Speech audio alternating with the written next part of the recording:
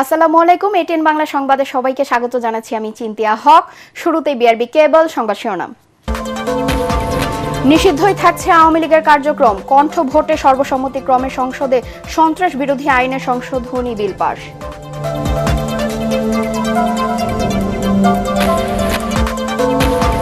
আগামী 20 এপ্রিল থেকে সারা দেশে টিকা কার্যক্রম শুরু হচ্ছে জানালেন স্বাস্থ্যমন্ত্রী।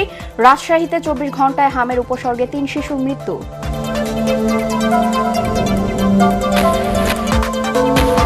জাতীয় সংসদে সংরক্ষিত নারী আসনে নির্বাচনী তফসিল ঘোষণা। ভোট গ্রহণ 12 মে। আগামীকাল শেরপুর 3 ও বগুড়া সদর আসনে নির্বাচন।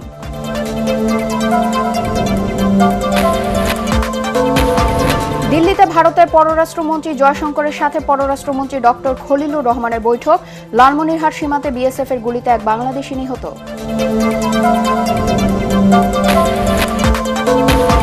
এবং পাকিস্তানের মধ্যস্থতায় 2 সপ্তাহের যুদ্ধবিরতিতে ইরান আমেরিকা। দেশটিতে বোমা হামলা স্থগিতের ঘোষণা ট্রাম্পের। শুক্রবার ইসলামাবাদে ওয়াশিংটন তেহরান আলোচনা। শুনছিলেন বিআরবি কেবল সংবাদ শিরোনাম, এবার বিস্তারিত সংবাদ। গণহত্যাকারী দল হিসেবে আওয়ামী লীগের কার্যক্রম নিষিদ্ধ রেখে সন্ত্রাস বিরোধী আইনের সংশোধনী বিল 2026 জাতীয় সংসদে পাশ হয়েছে। স্বরাষ্ট্রমন্ত্রী সালাউদ্দিন আহমেদ বিলটি সংসদে উত্থাপন করেন। এ সময় বিরোধী দলীয় নেতা ডাক্তার শফিকুর রহমান এ নিয়ে বিস্তারিত জানতে চান, কিন্তু সংসদের নিয়ম অনুযায়ী বিলটি উত্থাপনের আগেই এ সংক্রান্ত বিষয় সুরাহা হওয়ার নিয়ম থাকায় স্পিকার হাফিজ উদ্দিন আহমেদ ওই আর্জি নাকচ করে বিলটি কণ্ঠ ভোটে দেন, যা সর্বসম্মতিক্রমে জাতীয় সংসদে পাশ হয় সন্ত্রাস বিরোধী আইনের সংশোধনী বিলে।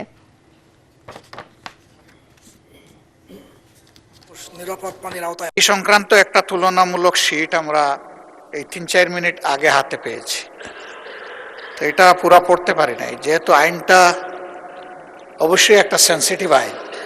আপত্তি জানাবার জন্য একটা নির্দিষ্ট সময় আছে, সেই সময় আপত্তি করলে এটা আমরা গ্রাহ্য করতে পারতাম। এখন বিলের এই স্টেজে আর আপত্তি করার সুযোগ নাই। এই বিলটা হলো একটি গণহত্যাকারী সন্ত্রাসী সংগঠনের নিষিদ্ধকরণ সংক্রান্ত একটা অ্যামেন্ডমেন্ট। আগের যে আইন ছিল সন্ত্রাস বিরোধী আইন, সেটা অ্যামেন্ডমেন্টের জন্য মাননীয় বিরোধী দলীয় নেতা নিশ্চয়ই স্মরণে থাকার কথা, ওনারা এবং এনসিপির বন্ধুরা সবাই মিলে এটা আন্দোলন করেছিলেন। সেই আন্দোলনের প্রেক্ষিতে এটা মোটামুটি বাংলাদেশে একটা জনমত সৃষ্টি হয়েছিল। সেই প্রেক্ষিতে তাদের কার্যক্রম নিষিদ্ধ করা হয়েছে সন্ত্রাস বিরোধী আইনে, এবং অ্যাকর্ডিংলি সেটা নির্বাচন কমিশনে তাদের রেজিস্ট্রেশনটাও সাসপেন্ডেড হয়ে আছে। হ্যাঁ জয়যুক্ত হয়েছে, হ্যাঁ জয়যুক্ত হয়েছে, হ্যাঁ জয়যুক্ত হয়েছে। অতএব সংসদে উত্থাপিত আকারে সন্ত্রাস বিরোধী সংশোধন বিল 2026 সর্বসম্মতিক্রমে পাশ হলো। এদিকে দেশের বিভিন্ন জেলায় হামে আক্রান্ত রোগীর সংখ্যা বেড়েই চলছে। রাজশাহীতে গত 24 ঘন্টায় হাম উপসর্গ নিয়ে 3 শিশুর মৃত্যু হয়েছে। রাজশাহী মেডিকেল কলেজ হাসপাতালে নতুন ভর্তি হয়েছে আরও 23 জন। উপসর্গ নিয়ে চিকিৎসাধীন ভর্তি রোগী 133 জন। কোনো মৃত্যু না ঘটলেও খুলনায় সংক্রমিত হামে আক্রান্ত শিশুর সংখ্যা দিন দিন বৃদ্ধি পাচ্ছে। খুলনা মেডিকেল কলেজ হাসপাতালে গত 11 দিনে 62 জন শিশু ভর্তি হলেও এর মধ্যে চিকিৎসা নিয়ে 38 জন সুস্থ হয়ে বাড়ি ফিরেছে। স্বাস্থ্য বিভাগের কর্মকর্তারা জানান, সীমান্তবর্তী জেলা কুষ্টিয়া ও যশোরে হাম আক্রান্ত রোগীর সংখ্যা বেশি, তবে এখন পর্যন্ত কোনো শিশুর মৃত্যু ঘটেনি। এদিকে গত 24 ঘন্টায় হামে আক্রান্ত হয়ে ময়মনসিংহ মেডিকেল কলেজ হাসপাতালে 22 জন শিশু ভর্তি হয়েছে এবং 24 জন শিশু সুস্থ হয়ে বাড়ি ফিরে গেছে।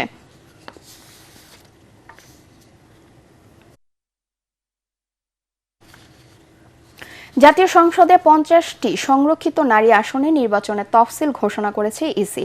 তফসিল অনুযায়ী ভোট গ্রহণ 12 মে। বুধবার দুপুরে নির্বাচন কমিশনে সিনিয়র সচিব আক্তার আহমেদ এই তফসিল ঘোষণা করেন। 50টি আসনের মধ্যে বিএনপি জোট পাবে 36টি, জামায়াত এনসিপি জোট 13টি ও স্বতন্ত্র জোট পাবে 1টি আসন। মিজান শাহজাহানের রিপোর্ট। নির্বাচন কমিশন সচিবালয়ে সংরক্ষিত নারী আসনে নির্বাচনের তফসিল ঘোষণা করেন সিনিয়র সচিব আক্তার আহমেদ। 4 মিনিটের ঘোষণায় তফসিলের সারসংক্ষেপ তুলে ধরেন তিনি। তফসিল অনুযায়ী মনোনয়নপত্র জমা দিতে হবে 21 এপ্রিলের মধ্যে। বাছাই 22 ও 23 এপ্রিল। বাছাইয়ের সিদ্ধান্তের বিরুদ্ধে সংক্ষুব্ধদের আপিল দায়ের 26 এপ্রিল। শুনানি করে আপিল নিষ্পত্তি করা হবে 27 ও 28 এপ্রিল। বিএনপি এবং তার জোটের ভিতরে 3 দল আছেন, গণ অধিকার পরিষদ, গণসংহতি আন্দোলন এবং বাংলাদেশ জাতীয় পার্টি বিজেপি। এনাদের 36টা। জামায়াতে ইসলাম এবং তার জোটের সাথে আছেন এনসিপি, বাংলাদেশ খেলাফত মজলিস এবং খেলাফত মজলিস, এনাদের 13টা। 6 জন স্বতন্ত্র প্রার্থী একজোট হয়ে ওনাদের জন্য একটা। আর ইসলামী আন্দোলন বাংলাদেশ এবং রুমিন ফারহানা ম্যাডাম এনারা বলেছেন যে ওনারা কোর্টে এককভাবেই থাকবেন, কোনো জোটে যাবেন না। সো 36, 13, 1 এই মিলিয়ে 50টার হিসাব। তফসিল অনুযায়ী প্রার্থিতা প্রত্যাহার করা যাবে 29 এপ্রিল পর্যন্ত।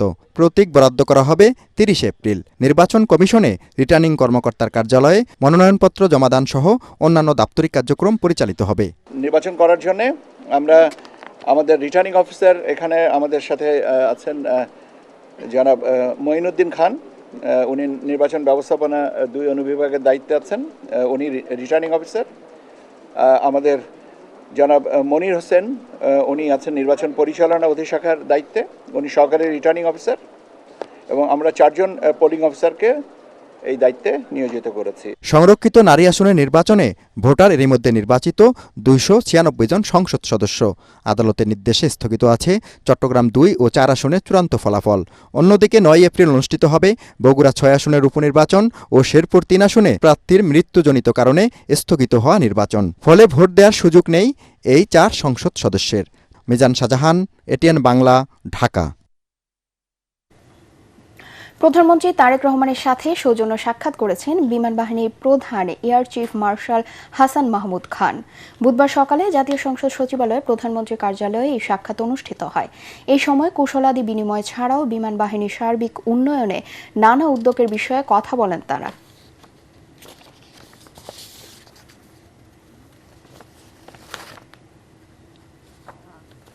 মধ্যপ্রাচ্যে যুদ্ধবিরতির ঘোষণার পরও বাংলাদেশে জ্বালানি তেলের গ্রাহকদের আতঙ্ক কাটছে না। বুধবার সকাল থেকেই রাজধানীর ফিলিং স্টেশনগুলোতে দেখা গেছে গত কয়েকদিনের তুলনায় যানবাহনের দীর্ঘ লাইন। পাম্প সংশ্লিষ্টরা বলছেন, আতঙ্কিত হয়ে অতিরিক্ত তেল কেনার প্রবণতা বন্ধ না হলে সহজে ভোগান্তি কমবে না ভোক্তাদের। বিস্তারিত জানাচ্ছেন তৌহিদুর রহমান নিশান। মধ্যপ্রাচ্যে সাময়িক যুদ্ধবিরতির ঘোষণা আসায় উদ্বেগ উৎকণ্ঠার কিছুটা অবসান হয়েছে। সেই সাথে বৈশ্বিক বাজারে কমেছে জ্বালানি তেলের দাম। বাংলাদেশে জ্বালানি তেলের দাম না বাড়লেও ভোক্তাদের আতঙ্ক দূর হচ্ছে না, যে কারণে বুধবার সকাল থেকে রাজধানীর ফিলিং স্টেশনগুলোতে গত কয়েকদিনের তুলনায় বেড়েছে গাড়ির চাপ। আরো বেশি না হলে তো 7 ঘন্টাও লাগার কথা নাই সকাল থেকে। আমি অসুস্থ মানুষ, রাত 3টার সময় আসার পরে শুনি যে পাম্প বন্ধ। এই রাতে এখানে ঘুমাইছি, কাল দুপুরে ভাত খাইছি। রাত্রের থেকে বলতেছে তেল নাই, কিন্তু তেল তাদের আছে, কিন্তু তারা তেল যে কোনো কারণ তারা সিন্ডিকেট করে তেলগুলাই করতেছে। দুপুর গড়ালেও তেলের গাড়ি না পৌঁছায় যেসব পাম্পে তেল দেয়া শুরু হয়নি, সেখানেও সারা রাত ব্যাপী অপেক্ষার পর অসুস্থ হয়ে গাড়িতে শুয়ে আছেন অনেক চালক।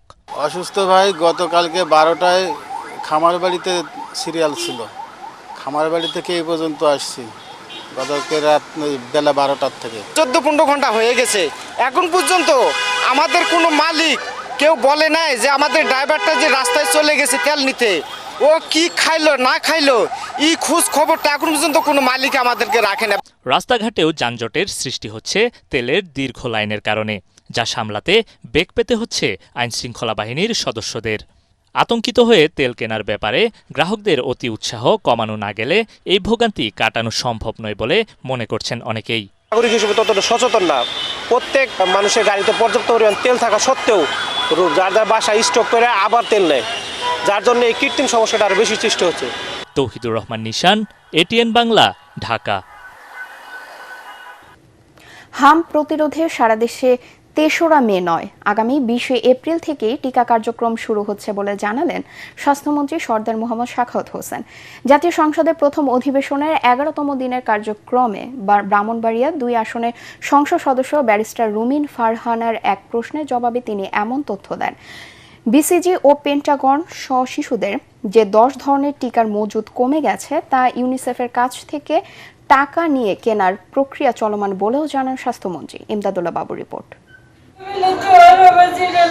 দেশে হামের পরিস্থিতি উদ্বেগজনক আকার ধারণ করেছে। 15ই মার্চ থেকে এ পর্যন্ত 8,000 জনের বেশি মানুষ হামে আক্রান্ত হওয়ার খবর দিয়েছে স্বাস্থ্য অধিদপ্তর। শতাধিক শিশু সংক্রামক রোগটিতে মৃত্যুবরণ করেছেন। কোটি কোটি পরিবার শিশুদের এই রোগ নিয়ে উদ্বিগ্ন। উদ্বেগ ছড়িয়েছে সংসদেও। হাম বা মিজলসের টিকা কার্যক্রম নিয়ে সংসদে প্রশ্ন তোলেন ব্রাহ্মণবাড়িয়া 2 আসনের সংসদ সদস্য রুমিন ফারহানা।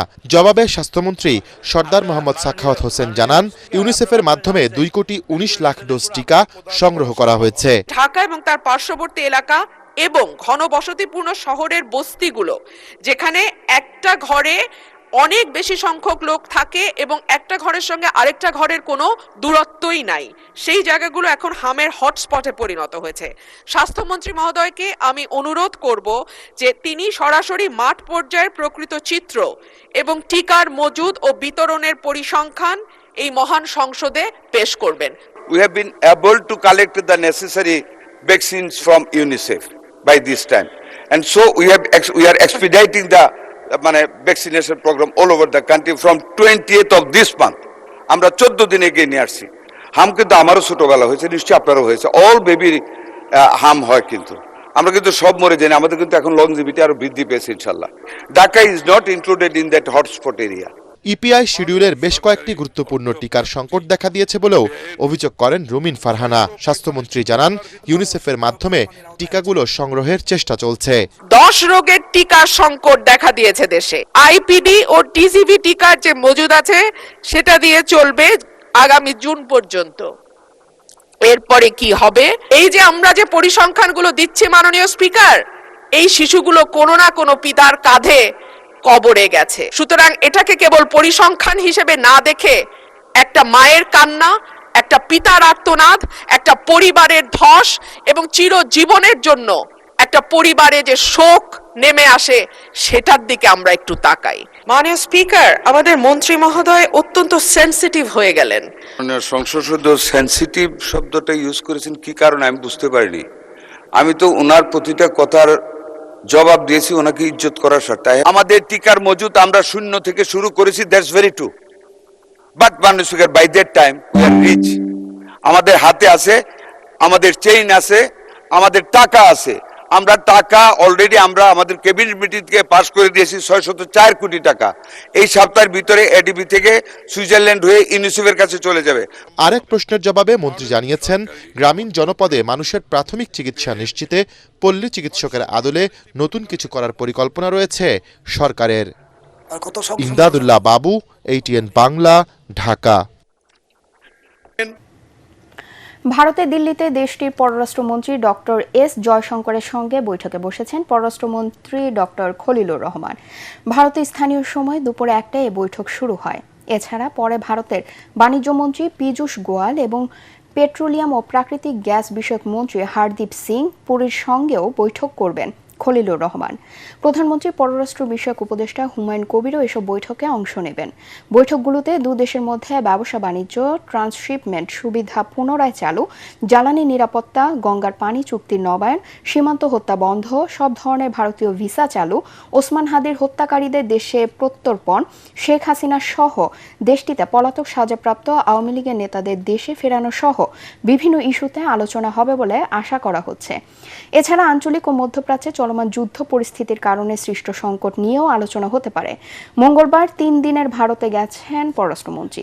নতুন সরকার ক্ষমতায় আসার পর এবারই প্রথম কোনো মন্ত্রী দিল্লি সফরে গেলেন।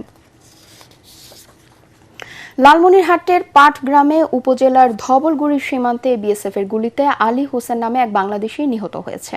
আহত হয়েছে আরো 2 জন। বুধবার গভীর রাতে উপজেলার ধবলগুড়ি সীমান্তের পূর্ব পানিয়ারটারি এলাকায় ঘটনা ঘটে। নিহতের লাশ ভারতের অভ্যন্তরে রয়েছে। আলী হোসেন ধবলগুড়ি গ্রামের পূর্ব পানিয়াটারি গ্রামের মৃত আব্দুল গফুরের ছেলে। বুধবার গভীর রাতে 7-8 জনের একটি দল ভারতের অভ্যন্তরে প্রবেশের চেষ্টা করে। এ সময় 156 বিএসএফ ব্যাটালিয়নের 7 গ্রাম ক্যাম্পের টহলদাররা তাদের উদ্দেশ্য করে 2 রাউন্ড গুলি ছোড়ে। এতে ঘটনাস্থলেই মারা যান আলী হোসেন। তার লাশ ভারতের অভ্যন্তরে রয়েছে বলে জানা গেছে। ব্যাটালিয়ন ও সেক্টর কমান্ডার পর্যায়ে স্পট মিটিংয়ের চেষ্টা চলছে বলে জানিয়েছে 61 বিজিবি।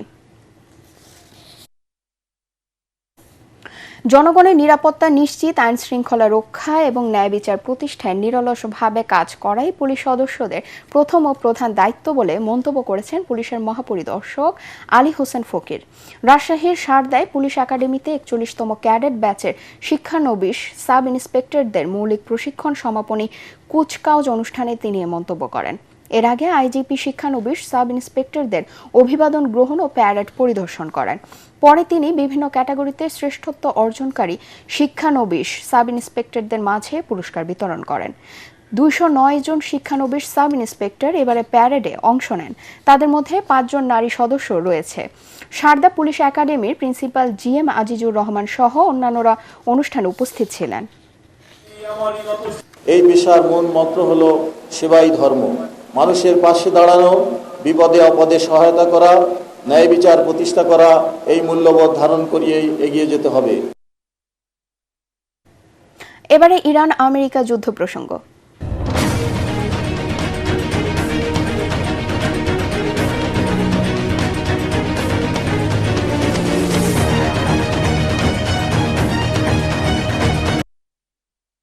পাকিস্তানের মধ্যস্থতায় শর্ত সাপেক্ষে 2 সপ্তাহের যুদ্ধবিরতিতে সম্মত হয়েছে ইরান ও আমেরিকা। তেহরানের রাষ্ট্রীয় টিভি জানিয়েছে তাদের শর্ত মেনে নিয়েছে ওয়াশিংটন, তাই তারা অস্ত্রবিরতিতে যাচ্ছে।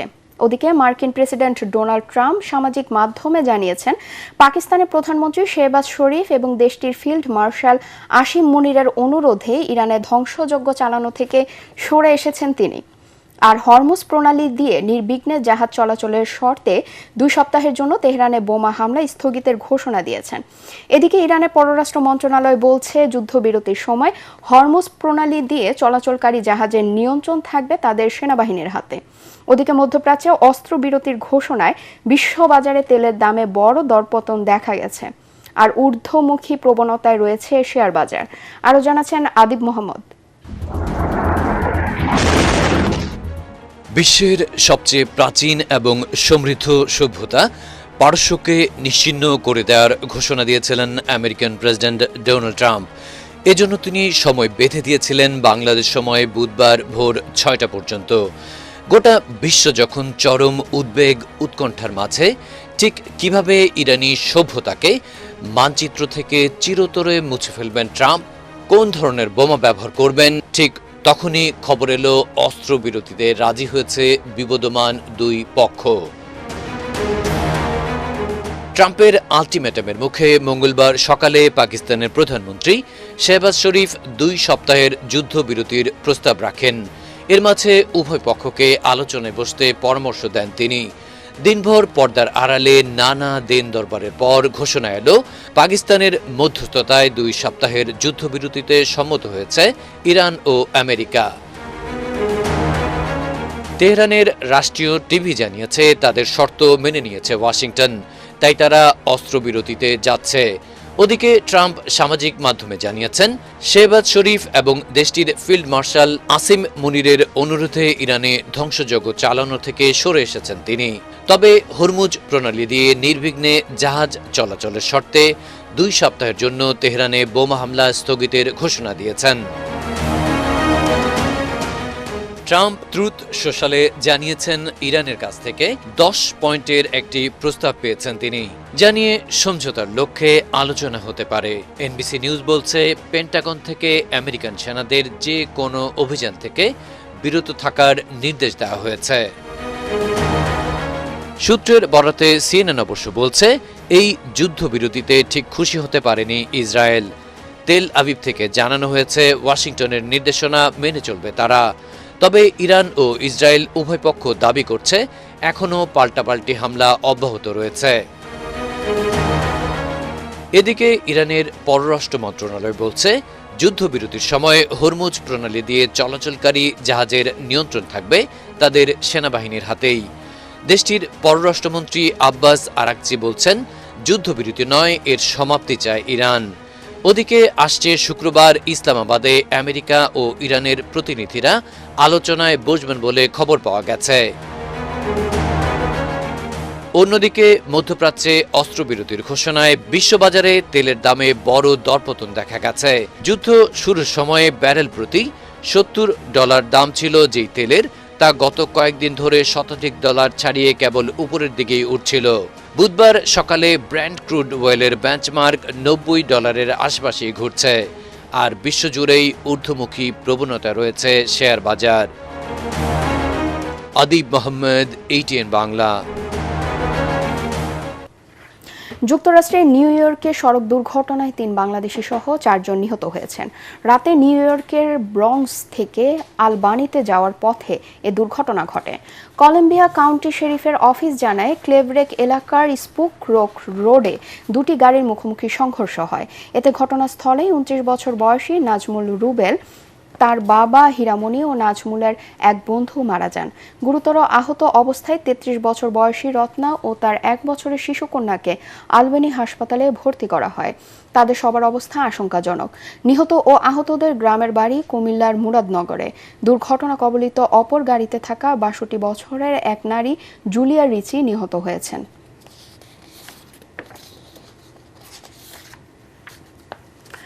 আমেরিকা ইরান যুদ্ধে মধ্যপ্রাচ্যের অস্থির পরিস্থিতির মধ্যে প্রবাসী বাংলাদেশিদের নিরাপদে দেশে আসা যাওয়া নিশ্চিত করতে যুক্তরাষ্ট্রের নিউ ইয়র্কে সংবাদ সম্মেলন করেছে গ্লোবাল ট্রাভেলস।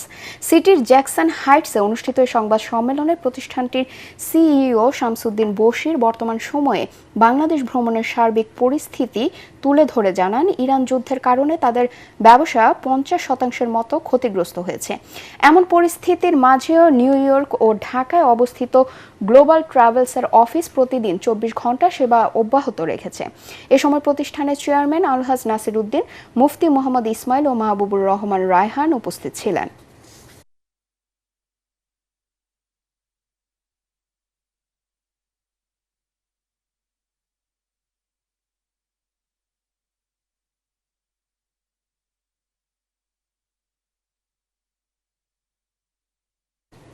এবারে পূবালী ব্যাংক বাণিজ্য সংবাদ।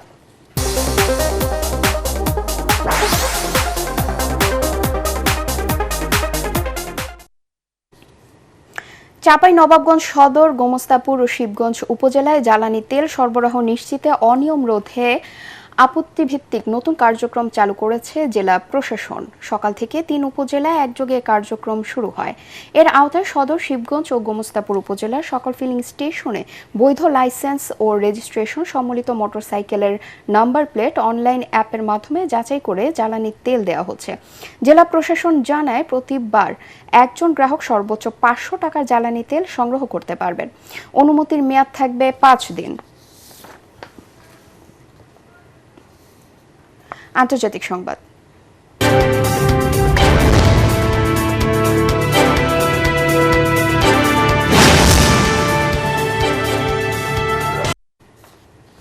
ভারতের পশ্চিমবঙ্গে বিধানসভা নির্বাচনের আগে চূড়ান্ত সংশোধিত তালিকায় বাদ পড়েছে 91 লাখ ভোটারের নাম।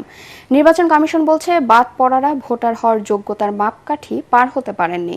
পশ্চিমবঙ্গের নির্বাচন দপ্তর প্রধান নির্বাহী মনোজ আগারওয়াল জানান, বাদ পড়া এই বিবেচনাধীন ভোটারদের ভাগ্যে কি হবে তা সুপ্রিম কোর্টই ঠিক করবেন। তবে তাদের জন্য ট্রাইব্যুনালে আপিল করার সুযোগ থাকবে। এ লক্ষ্যে সাবেক বিচারপতিদের নিয়ে গড়া হয়েছে 19টি ট্রাইব্যুনাল। সেখানে অনলাইন ও অফলাইনে আপিল করার সুযোগ থাকবে। আপাতত বাদ পড়া ভোটাররা 23 এপ্রিলের প্রথম দফার নির্বাচনের দিন ভোট দিতে পারবেন না। 2 দিনের ব্যবধানে আবারও ক্ষেপণাস্ত্র উৎক্ষেপণ করেছে উত্তর কোরিয়া। বুধবার দেশটির পূর্ব উপকূলীয় ওনসান এলাকা থেকে সমুদ্রের দিকে কয়েকটি স্বল্প পাল্লার ব্যালিস্টিক ক্ষেপণাস্ত্র নিক্ষেপ করা হয় বলে জানিয়েছে দক্ষিণ কোরিয়ার সামরিক বাহিনী। তাদের দাবি, ক্ষেপণাস্ত্রগুলো প্রায় 240 কিলোমিটার দূরত্ব অতিক্রম করে পূর্ব সাগরে গিয়ে পড়ে। এর আগের দিনও পিওইয়ং সংলগ্ন এলাকা থেকে একটি অজ্ঞাত প্রজেক্টাইল উৎক্ষেপণের ঘটনা ঘটে, যা প্রাথমিক পর্যায়ে ব্যর্থ হয়েছে বলে দাবি করে সিওল। এদিকে দক্ষিণ কোরিয়ার প্রেসিডেন্টের পক্ষ থেকে দুদেশের সম্পর্ক স্বাভাবিক করার আশা প্রকাশ করা হলেও সাম্প্রতিক ক্ষেপণাস্ত্র পরীক্ষা ও উত্তেজনাপূর্ণ বক্তব্যে উপদ্বীপে নতুন করে উদ্বেগ সৃষ্টি হয়েছে। টানা এই 2 উৎক্ষেপণের মধ্য দিয়ে দক্ষিণ কোরিয়ার সঙ্গে সম্পর্ক উন্নয়নে উত্তর কোরিয়ার ইচ্ছা নেই বলে ধারণা করা হচ্ছে। রাজধানীর সাথে মুন্সিগঞ্জে যোগাযোগ আরও সহজ করতে পঞ্চবটি মুক্তাপুর সড়ক আধুনিকায়নের কাজ চলছে। তবে নির্মাণ কাজে ধীরগতির কারণে ক্রমেই বাড়ছে ভোগান্তি। দিনরাত যানজটে নাকাল স্থানীয়রা। মুন্সিগঞ্জ থেকে ফরিদুল হাসান ফরিদের পাঠানো তথ্য ও ছবিতে রিপোর্ট জাহিদুল আলমের। প্রায় 10 কিলোমিটার দীর্ঘ মুক্তাপুর পঞ্চবটি সড়ক আধুনিকায়নের কাজ শুরু হয় 2022 সালে। সংশ্লিষ্টরা বলছেন এর কাজ শেষ হলে খুলে যাবে যোগাযোগের নতুন সম্ভাবনার দুয়ার। লাঘব হবে এই এলাকার দীর্ঘদিনের যানজটজনিত সীমাহীন দুর্ভোগ আর ভোগান্তি। দ্বিতল এই সড়কের নিচতলার দুই পাশে ড্রেন, বিদ্যুৎ, গ্যাস সহ বিভিন্ন ইউটিলিটি সুবিধা রেখে আরসিসি সড়ক নির্মাণ করা হয়েছে। উপরে থাকছে পিচ ঢালাই পথ, যদিও উপরের অংশ ব্যবহার করতে গুনতে হবে টোল। দুটি সড়ক চালু হলে যানবাহনের গতি বাড়বে প্রায় 5 গুণ। তবে 4 বছর পেরিয়ে গেলেও শেষ হয়নি আধুনিক এই সড়কটির নির্মাণ কাজ। মুন্সিগঞ্জ নারায়ণগঞ্জের অতি গুরুত্বপূর্ণ এই সড়ক নেটওয়ার্কে কাজ বন্ধ থাকায় বাড়ছে ভোগান্তি। মানুষের দুর্ভোগের কোনো শেষ নাই, যাত্রীরা হাঁটতে পারে না, প্রচন্ড ধুলাবালি। অফিসের টাইমটা আমাদের মেনটেন করতে পারতেছি না আমরা। মনে করেন একটা বাসও দেখতে যাচ্ছে 3 ঘন্টা, 4 ঘন্টা, 5 ঘন্টা জায়গা। প্রকল্প সংশ্লিষ্টরা জানান, জমি অধিগ্রহণ জটিলতা, ভূগর্ভস্থ সার্ভিস লাইনের সমস্যা সহ বেশ কিছু কারণে নির্মাণ কাজ শেষ হতে দেরি হচ্ছে। আমাদের প্ল্যান হতেছে যে অন্তত একটা লাইন আমরা যদি সম্পূর্ণ করে দিতে পারি তাহলে এই যানজটের এটা থাকবে না, তাহলে আমাদের এই যে বৃষ্টির মধ্যে যে চ্যালেঞ্জ সেটা থাকবে না। 2242 কোটি 77 লাখ টাকা ব্যয়ে নির্মাণাধীন এই প্রকল্পটি বাস্তবায়ন হলে যাতায়াতের সুব্যবস্থার পাশাপাশি নারায়ণগঞ্জ ও মুন্সিগঞ্জের লাখ লাখ মানুষ সরাসরি উপকৃত হবে বলে আশা সংশ্লিষ্টদের। Bureau report, ATN Bangla. এবারে খেলার খবর।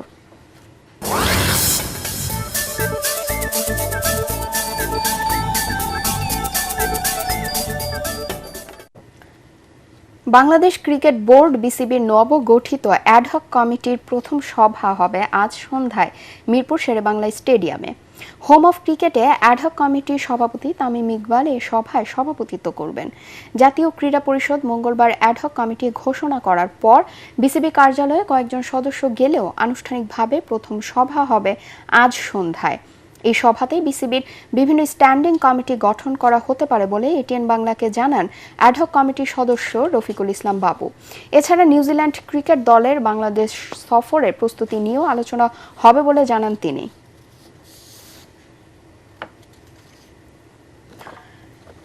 উয়েফা চ্যাম্পিয়ন্স লিগে কোয়ার্টার ফাইনালের প্রথম লেগে বায়ার্ন মিউনিখের কাছে 2-1 ব্যবধানে হেরেছে রিয়াল মাদ্রিদ। অন্য ম্যাচে যোগ করার সময়ে দেওয়া একমাত্র গোলে স্পর্টিয়ের বিপক্ষে জয় পেয়েছে আর্সেনাল। পরাগারমানের রিপোর্ট। দীর্ঘ 14 বছর পর স্প্যানিশ জায়ান্ট রিয়াল মাদ্রিদের বিপক্ষে জয় পেয়েছে বায়ার্ন মিউনিখ। তাতে উয়েফা চ্যাম্পিয়ন্স লিগে কোয়ার্টার ফাইনালের প্রথম লেগে রিয়ালকে 2-1 ব্যবধানে হারিয়ে এগিয়ে গেল জার্মান ক্লাবটি। সান্তিয়াগো বার্নাবুতে খেলার শুরু থেকেই আক্রমণাত্মক ছিল বায়ার্ন মিউনিখ, তবে একের পর এক আক্রমণ করলেও কাঙ্ক্ষিত গোলের দেখা মিলছিল না। অবশেষে 41 মিনিটে সার্জি গ্যানেব্রির কাছ থেকে বল পেয়ে বাভারিয়ানদের এগিয়ে দেন লুইস দিয়াজ। দ্বিতীয়ার্ধে মাঠে ফিরেই মাইকেল অ্যালিসের কাছ থেকে বল পেয়ে ব্যবধান দ্বিগুণ করেন হ্যারি কেন। চলতি মৌসুমে সব প্রতিযোগিতা মিলিয়ে এটি তার 49তম গোল। খেলার 74 মিনিটে কিলিয়ান এমবাপে একটি গোল শোধ করলেও রিয়াল মাদ্রিদের পরাজয় ঠেকাতে পারেননি। এদিকে স্পোর্টিংয়ের মাঠে প্রবল প্রতিরোধের মুখে পড়েছিল ইংলিশ জায়ান্ট আর্সেনাল। তবে শেষ মুহূর্তে বদলি খেলোয়াড় কাই হাভার্টসের দেয়া একমাত্র গোলে জয় নিয়ে দেশে ফিরেছে গানাররা। পরাগারমান, এটিএন বাংলা। শেষ করার আগে বিআরবি কেবল সংবাদ শিরোনাম আরেকবার। নিষিদ্ধই থাকছে আওয়ামী লীগের কার্যক্রম, কণ্ঠভোটে সর্বসম্মতিক্রমে সংসদে সন্ত্রাস বিরোধী আইনের সংশোধনী বিল পাস।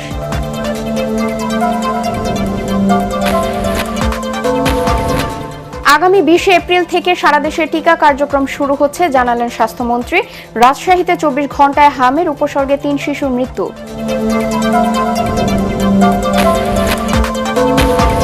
জাতীয় সংসদে সংরক্ষিত নারী আসনে নির্বাচনী তফসিল ঘোষণা, ভোট গ্রহণ 12ই মে। আগামীকাল শেরপুর 3 ও বগুড়া সদর আসনে নির্বাচন।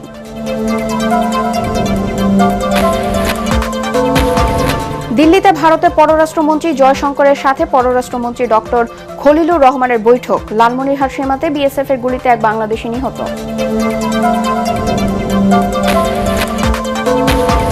এবং পাকিস্তানের মধ্যস্থতায় 2 সপ্তাহের যুদ্ধবিরতিতে ইরান আমেরিকা, দেশটিতে বোমা হামলা স্থগিতের ঘোষণা ট্রাম্পের। শুক্রবার ইসলামাবাদে ওয়াশিংটন তেহরান আলোচনা। পরবর্তী সংবাদ দেখার আমন্ত্রণ জানিয়ে এখনকার মতো শেষ করছি। এটিএন বাংলা সংবাদ ইউটিউবে দেখতে ব্রাউজ করুন, youtube/ATN বাংলা নিউজ। ধন্যবাদ সবাইকে।